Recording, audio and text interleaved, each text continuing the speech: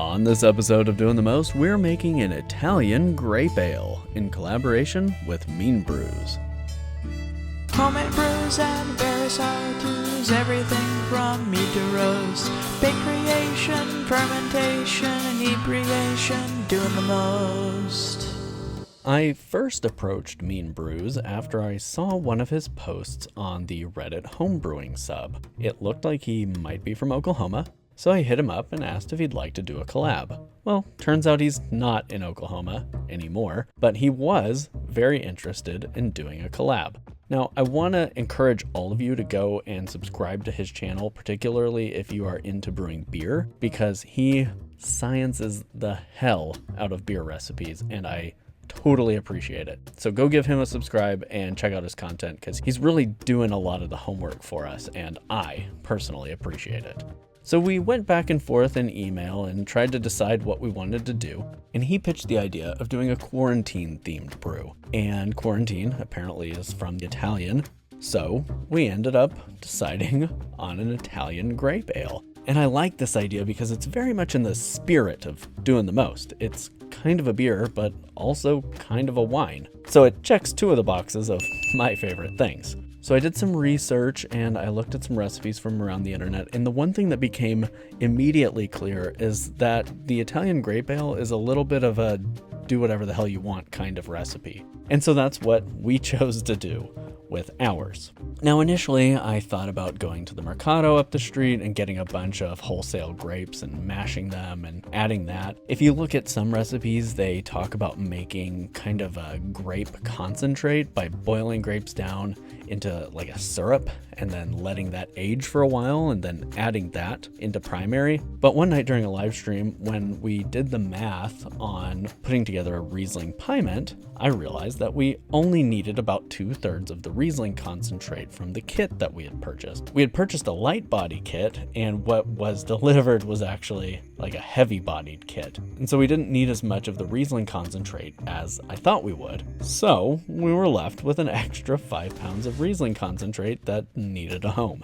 And this Italian grape ale felt like a great place to put it. Now, I did borrow the malt and specialty grains from a couple of the recipes I saw online, but I wanted to play around with what was being done with the hops. And so while I used Cascade for bittering and a little bit of aroma, I wanted to choose a hop that I hadn't worked with before. And in looking around, poking around at various home brewing websites, I discovered Wai-iti. And Wai-iti is a very low alpha acid hop, meaning there's not a lot of bittering. It's basically an aroma hop. And if you look at the flavor profile, there's stone fruit and grapefruit and all kinds of these wonderful things that would accompany a grape juice flavor or a winey flavor in a beer really well. So I picked up 2 ounces of Wai-iti hops. So let's pull up the recipe card. The ingredients for our spin on the Italian grape ale are 6.6 pounds of pale ale liquid malt extract, 5 pounds of Riesling concentrate borrowed from a wine kit, our specialty grains, 4 ounces of wheat, 8 ounces of Belgian biscuit malt, and 8 ounces of Crystal 90L. Our hops are 1 ounce of Cascade and 2 ounces of Wai-iti. Of course, there will be water to 5 gallons, and our yeast for this brew will be Kveik Hornindal that I dried myself. Our brew day started by rehydrating our Kveik Hornindal in 6 grams of Go Firm and a little bit of water, and this is just going to rehydrate while we're doing our mash and boil. This Kveik in particular has actually been dried a few times, brewed with I think 3 times now, and some of this is going to go out to some lucky folks who follow our community page that requested it whenever I posted a "Hey, anyone want Kveik" post on the community page. So some of you know who you are. Keep an eye on your mailboxes and let me know how that goes. Here's the Kveik. It dries out into these kind of weird little black flakes, and we're just going to put all that in there and let that go. So we're going to get our mash started, and all the specialty grains you saw on the recipe card there are just going through my food processor, being pulsed until they're a little bit broken down. These grains did not arrive milled, but that's fine. Food processor does a well enough job for specialty grains. I'm not super worried about the milling on these. And then all that goes into a brew bag. And we're gonna bring 1 gallon of water up to about 170 degrees and weigh out our hops. This is our Cascade hops. I'm just weighing out both hops additions into mason jars, so that way I have them ready when it's time for them to go into the boil. Once our mash water, this 1 gallon of water, is up to temperature, you can see there it's just under 170. The specialty grains bag goes in, and then we're just gonna put some foil on top of that and stick it in the oven with the warming feature on. And our goal is to just hold that at about 155 degrees. We start with the water a little hotter because introducing the grains is gonna drop the temperature of the water. So that will sit for 1 hour at about 155 degrees, and then we'll pull that out. And just for funsies, we will check the temperature of the inside of the grain bag, and when you know it, we're pretty darn close. So with our mash complete, we pull out the grain bag and we will drain that out over our brew kettle, and then also pour in the liquid from the mash. Then we'll pour 1 gallon of water over to wash our grains and get all those delicious flavors and sugars out. And once that runs clear, we'll squeeze the bag and set that aside for the compost bin. We're using 2 3.3 pound jars of pale ale liquid malt extract, and both of those just go right in. Try and make sure you get as much out of those as you can. They will be very sticky and very molassesy, and that's exactly what you're going for, just a bunch of malty sugar.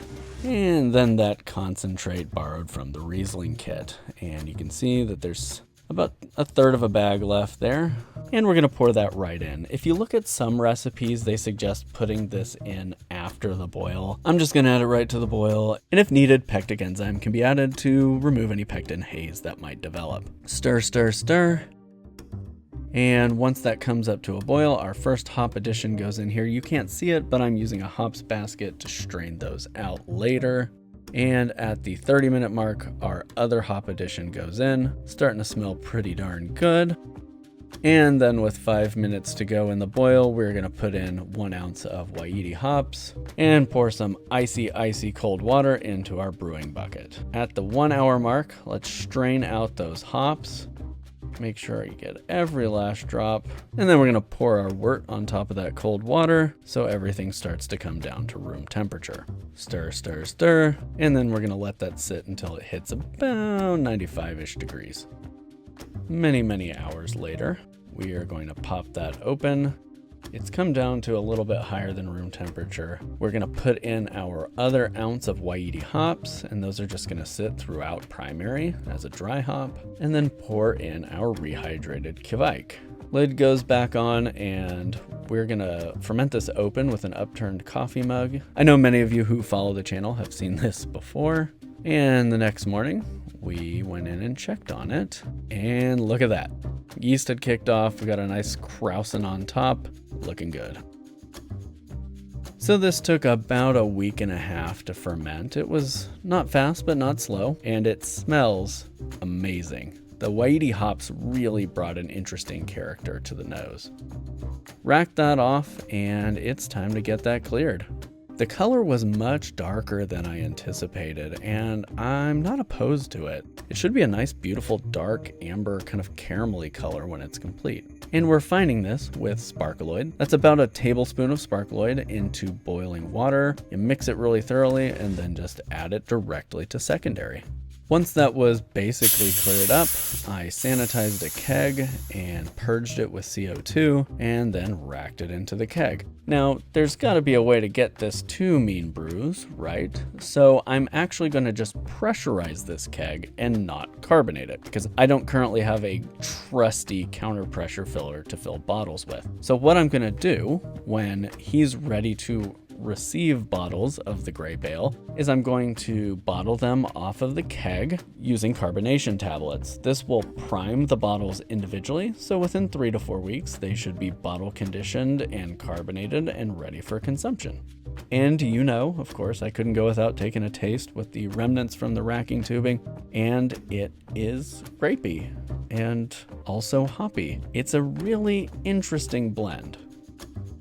I'm really looking forward to the conclusion of this. I'm going to save the tasting for the collaboration video that we are doing with Mean Brews. Our plan currently is to hop on Zoom or Skype and record our notes as we taste it together. So forewarning, that's going to come in another episode, but I wanted to go ahead and put this video out so you could see our process for creating ours, and now it's sitting and aging under pressure in the keg. And this gives you an opportunity to subscribe to Mean Brew's channel and check out the stuff he's doing. Particularly, I would recommend his barley wine video because I thought it was super interesting as someone who loves barley wines. And stay tuned. Based on what I know about how he is brewing his grape ale, I think we're going to have very different results, and I believe it's going to be pretty interesting for the viewer. And I'm curious for you, leave a comment. How would you have made a grape ale? Would you have used a wine base or store-bought grapes, or maybe like Welch's grape juice, something wild like that? Let me know in the comments. And of course, you can become a YouTube member for only $4.99 a month, and that helps support our channel and the stuff that we're doing and the stuff that we're brewing. Or you can become a Patreon and access some similar benefits there. Any way you can support the channel, we really appreciate it because it helps invest in continuing to build this content and grow the community of doing the mosters out there